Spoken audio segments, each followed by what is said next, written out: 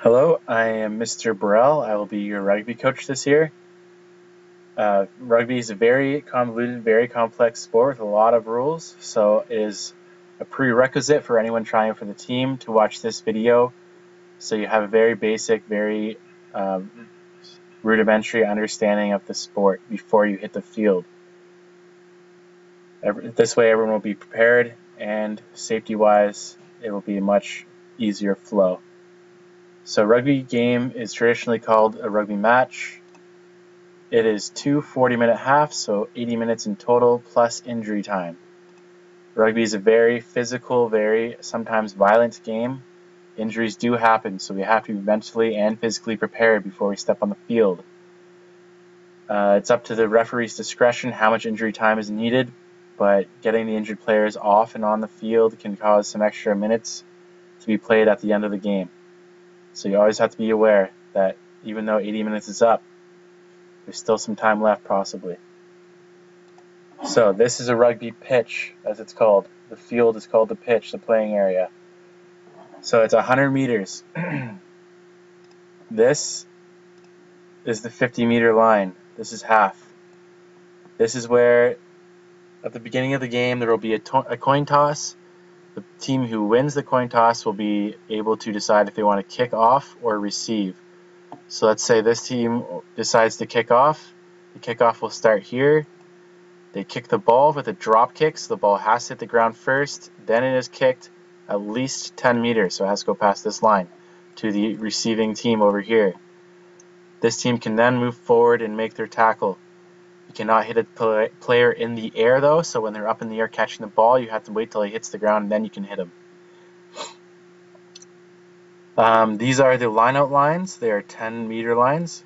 So when the ball goes out of play, to bring it back in, there will be a player standing here. He'll throw the ball in, straight down the middle. Has to be a fair throw. Each team will have men on both sides of the ball throw, and they throw a man up in the air to catch it. And then play will resume from there. So playing the game. When this team catches the ball, their objective is to move the ball forward, put the ball down in the end zone, or the try zone as called in rugby, by throwing the ball backwards to players as they move forward until they reach their destination. The defending team their objective is to stop their opponent's progress, take control of the ball, cause a turnover, and attack the other goal. So this process is repeated until someone violates the law of the game, the ball moves off the field of play, or a try or goal is scored. So, to carry the ball up the field, a ball must be passed backwards. So this man had the ball, he passed it backwards to this man, and they will move up the field, and he will do the same to the other guy beside him. If this ball is thrown forward, it's a foul, play is stopped, and a scrum will ensue. I will go over scrums later. So that is the only way you can move the ball up the field, by throwing and catching. Another way is by kicking. So you can kick the ball at any time, any place within the field, and you can kick it forward, backwards, sideways, doesn't matter, but that's the only way you can go forward, is to kick it. So this man's kicking it forward right now. The players behind him will chase after the ball, but the players behind him the players have to be behind him before they can chase this. If they're in front of him, they're offside. Offside is kind of complex, but I'll try to explain it with these diagrams. So this man has the ball, he's in possession. This guy is offsides because he's in front of the ball carrier. He must be onside to receive this ball. He must be onside to chase this kick if he decides to kick it. So if ever a player is in possession, it is always smart to be behind him, then you are a useful player. Up here, you're irrelevant. Same thing goes for rucks. So once a tackle is made, the ball is placed on the ground, and a physical fight will be made for this ball, each player pushing each other over the ruck to gain possession. Their back feet are the offside lines. So this man is offside because he's in front of the further back foot. This guy's onside because he's behind these feet. So if someone were to come up, grab this ball, he'd be eligible to receive it. He would not because he's offside. So he could easily just come and be in attacking position by being behind this hindmost foot. So tackling.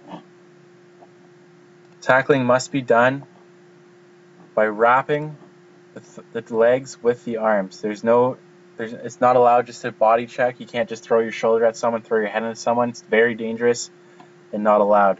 So you must wrap with the arms, pull and take down. It's almost like a wrestling move. Once this happens, this guy will come.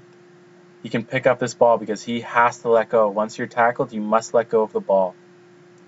He can come and grab that ball, or these guys on this side can come and try to blow him away and just hold on to that ball and get it back to their teammates. So ruck. If a ruck is taken, this man had the ball, he was hit, you must let go of the ball. These guys come, try to defend that, but they can blow them off and steal. And remember, they have to be behind this foot for these players to be eligible to get that ball. The line out, as I said, was when the ball goes out of play. Whoever's here, this is exactly where the ball went out of play. You will throw this ball straight down the middle between the opposing teams. This team will know where the ball is going because he's on their side, so they'll have a call. This team will try to match and defend. They can possibly steal this ball, but the offensive team will most likely get it, throw it back to their backs, and make a play from there. A scrum is taking place whenever a minor foul has occurred, such as someone dropping the ball or throwing it forward. These are called the forwards of the team, usually the bigger players. The ball will be rolled in by the number 9. These players will collide, making a bridge of sorts, and push each other to try to gain possession. There will be a man in the middle. He can strike the ball back. It rolls back through here. He comes around, picks it up, and throws it out to the backs. This is a try, so what a try looks like.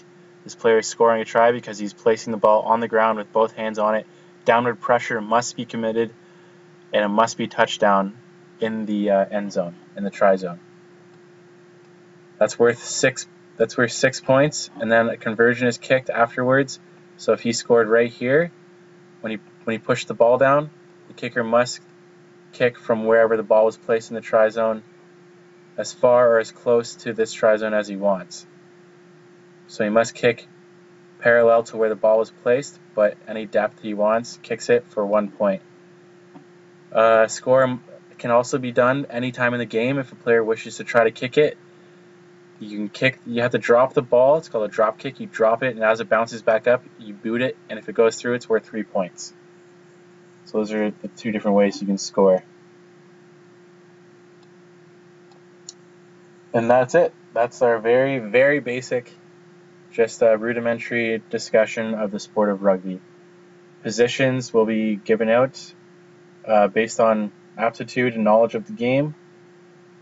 They're split into forwards and backs. So the forwards are usually the bigger players, the smash and grab kind of guys, and the backs are the more pretty boy, fast, scoring type. So we will discuss this later during tryouts. I hope to see a lot of you there, and thanks for watching.